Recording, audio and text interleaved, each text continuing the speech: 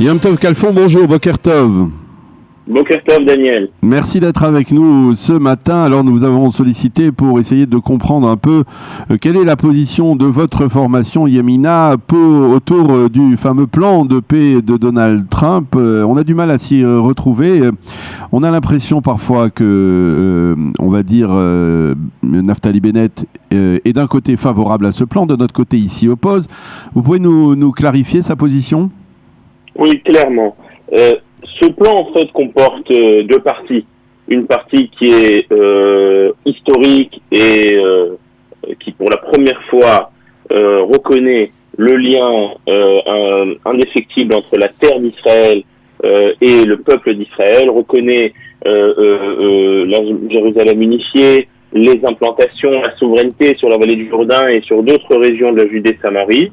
Donc, il est évident que ce plan, en ça, est une avancée historique et qu'on ne peut que féliciter et vouloir son application sur ce volet-là. D'un autre côté, ce plan comprend quelque chose qui est pour nous inacceptable et dangereux pour l'avenir d'Israël, c'est-à-dire la création d'un État palestinien sur, on parle de 70% de la Judée-Samarie, en plus des échanges de territoires sur les 30% restants dans la région du Negev.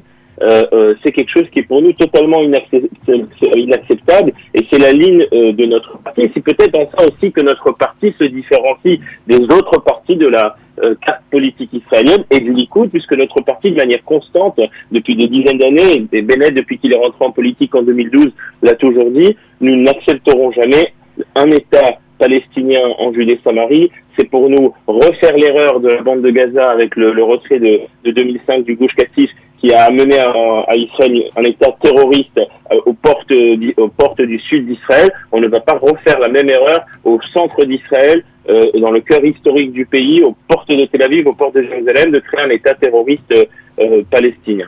Donc ça, c'est notre position par rapport à ce plan. Alors, on pourrait se demander, est-ce que c'est une position, on va dire, tactique et même une opposition tactique, parce que d'une manière ou d'une autre, on voit les Palestiniens s'opposent également à ce plan.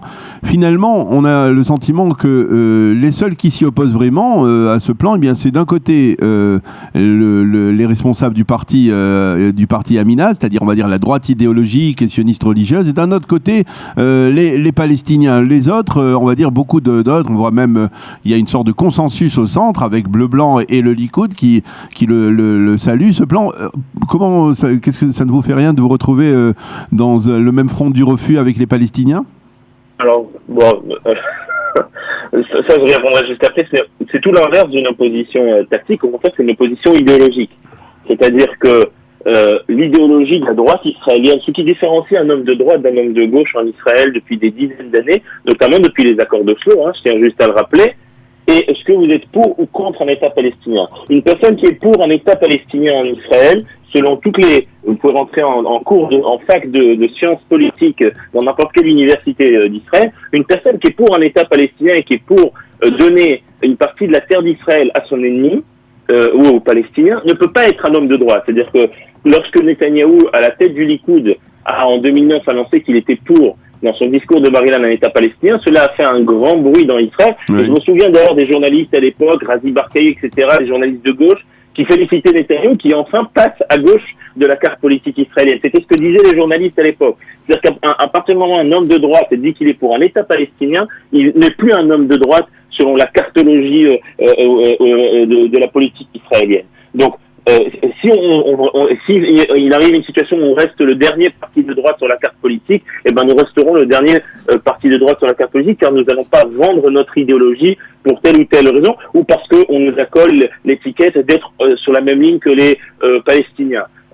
Une colle à cavode. La terre d'Israël n'est pas à vendre, la terre d'Israël n'est pas à céder à qui que ce soit. Oui, nous n'en avons même pas le droit. C'est exactement ce qu'ont dit les Palestiniens à Mahmoud Abbas il y a 2 jours. Notre terre n'est pas à vendre, Jérusalem n'est pas à vendre. Bon, mais enfin, on va pas. Attendez, Daniel, ce que vous dites là, c'est justement, c'est l'histoire du conflit israélo-palestinien. C'est la lutte entre deux narratifs. Le narratif sioniste, le narratif juif, qui considère que la terre d'Israël est la terre du peuple d'Israël, et cette terre n'a aucun lien avec ce que ce sont les frontières de 48 ou de 67, et le narratif palestinien qui lui aussi en fin de compte ne fait aucune différence entre les frontières de 48 et 67, qui considère que la terre d'Israël dans son intégralité doit être la Palestine. D'ailleurs, si vous regardez la carte qui apparaît sur le logo du Fatah, du Hamas, c'est la carte d'Israël, non pas du plan Trump, non pas des frontières de 67, mais c'est de la mer au Jourdain, de ce qui était la Palestine mandataire.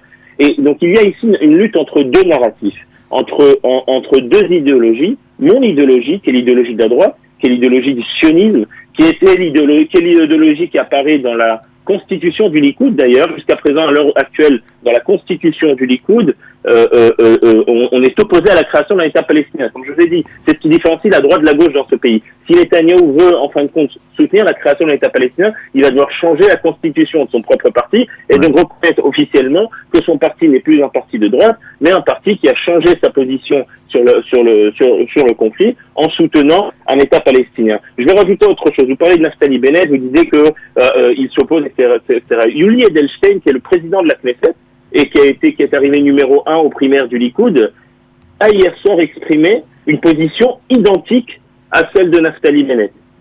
Donc on parle d'un des hommes les plus importants du Likoud, qui a gardé donc l'idéologie d'origine de ce parti, et a exprimé une position comme quoi on félicite la partie du plan Trump qui nous permet d'appliquer la souveraineté israélienne sur la Judée-Samarie, mais en aucune manière nous ne pouvons accepter la partie du plan qui appelle à créer un État palestinien sur 70% de la Judée-Samarie, qui appelle à faire des faubourgs de Jérusalem ou des quartiers qui sont au-delà de la barrière à Jérusalem. Vous connaissez, je crois, Daniel, Jérusalem, transformer Shouafat en capitale palestinienne. C'est en fait faire de Pisgat Ze'ev, un des plus grands quartiers de Jérusalem, une enclave entre Ramallah et Kfar Aked et Shouafat, c'est-à-dire que les habitants de Pisgat Ze'ev vont être une enclave dans Al-Quds palestinienne. Je ne crois pas que nos éditeurs qui habitent Pisgat Ze'ev ou qui habitent Jérusalem on accepterait cette situation. Il s'agit Yom Tov, vous le savez, il s'agit là, dans le cas précis de Shouafat et d'Aboudis, de quartiers qui sont au-delà de cette fameuse barrière de sécurité. Alors oui, mais Shouafat... Donc on mélange pas les populations et on est loin, on va dire, même de Non, si vous connaissez... Alors je suis désolé, je vais m'attarder sur ce point. Shouafat...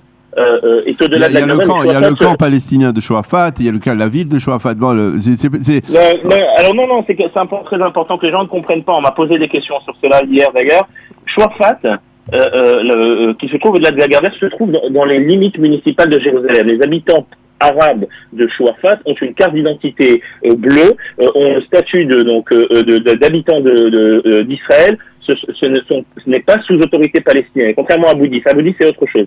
Shouafat ne se trouve pas dans une région excentrée. Si vous avez pris la route, si quelqu'un a pris la route entre Pisgat Ze'ev et la Givat Sarfati, il y a là-bas une sorte de pont, Shouafat, c'est tout ce qui se trouve à la gauche de votre route, c'est-à-dire que c'est au cœur de Jérusalem. C'est-à-dire que, par exemple, le tramway de Jérusalem va devoir passer à un moment donné aux portes de ce qui serait la capitale palestinienne, à vraiment quelques dizaines de mètres. Je ne crois pas que c'est quelque chose qui est acceptable, c'est quelque chose qui est dangereux. Je vous rappelle qu'un État souverain, c'est un État souverain. C'est-à-dire que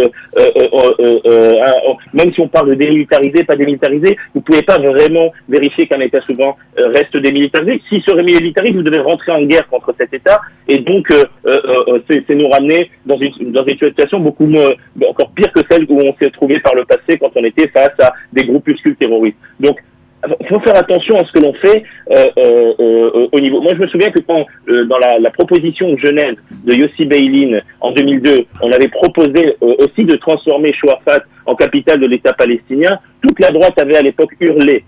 Et aujourd'hui, parce que ça vient de Netanyahou, alors on dit mais non, c'est loin, c'est au-delà de la barrière. Ne tombons pas dans le bibisme et d'être aveugle, parce que nous aimons le communisme qui nous a amené beaucoup de bonnes choses. On revient il faut aussi être cohérent et veiller à la sécurité. Alors ne tombons pas dans les bibismes, effectivement, mais force est de constater, en particulier si l'on se réfère aux derniers sondages qui ont été effectués et qui ont été publiés hier soir dans les différentes chaînes de télévision, après donc la publication publication du plan de Donald Trump, que malgré, on va dire, ce plan qui est apparemment favorable à l'État d'Israël et qui a été composé, on va dire, de concert avec Benyamin Netanyahou, eh bien, on ne voit pas de véritable changement.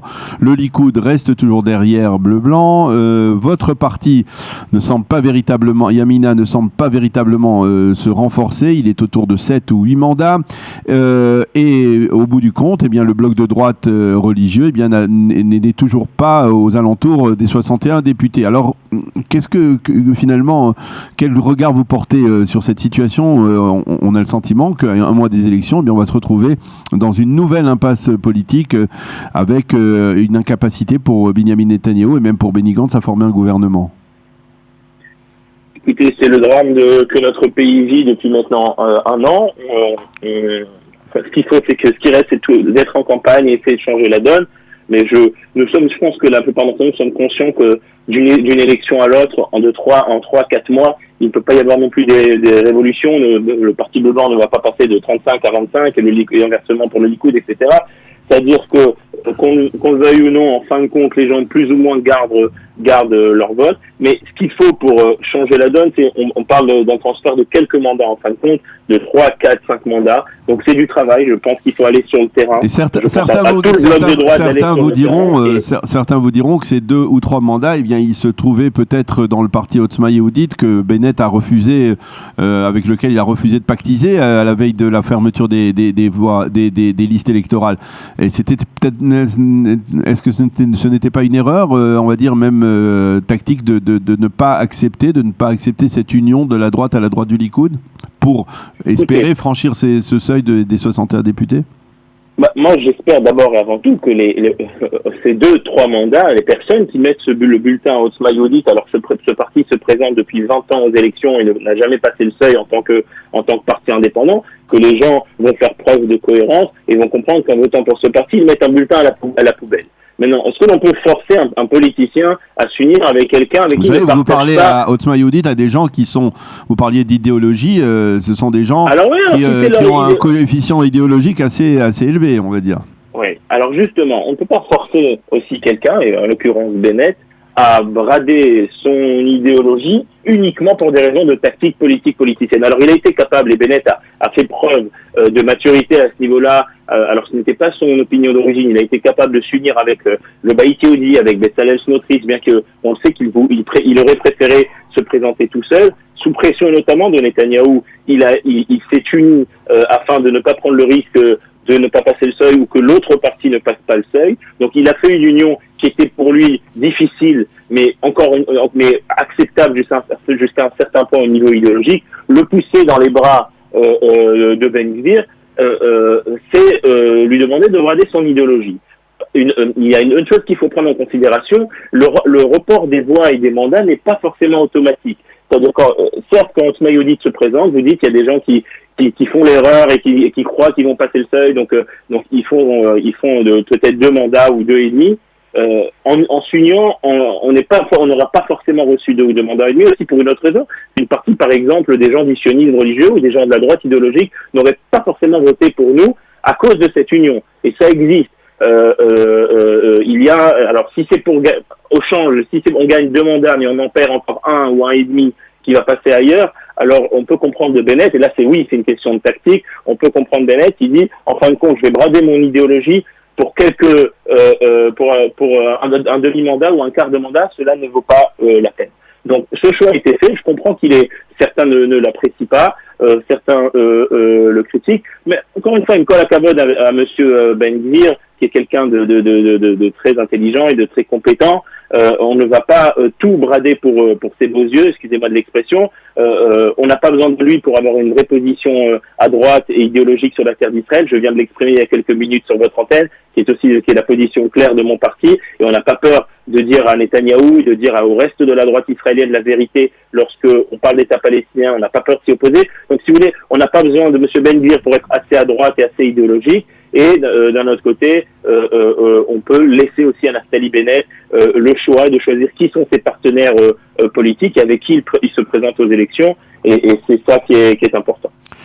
Eh bien, Maître Yom Tov Khalfon, merci beaucoup de nous avoir donné votre avis sur, et l'avis, on va dire, de votre parti sur justement ce plan de paix de Donald Trump et sur la situation de Yamina dans les sondages. Merci d'avoir été avec nous ce matin et bonne continuation, bonne journée. Merci à vous, Daniel. Bonne journée.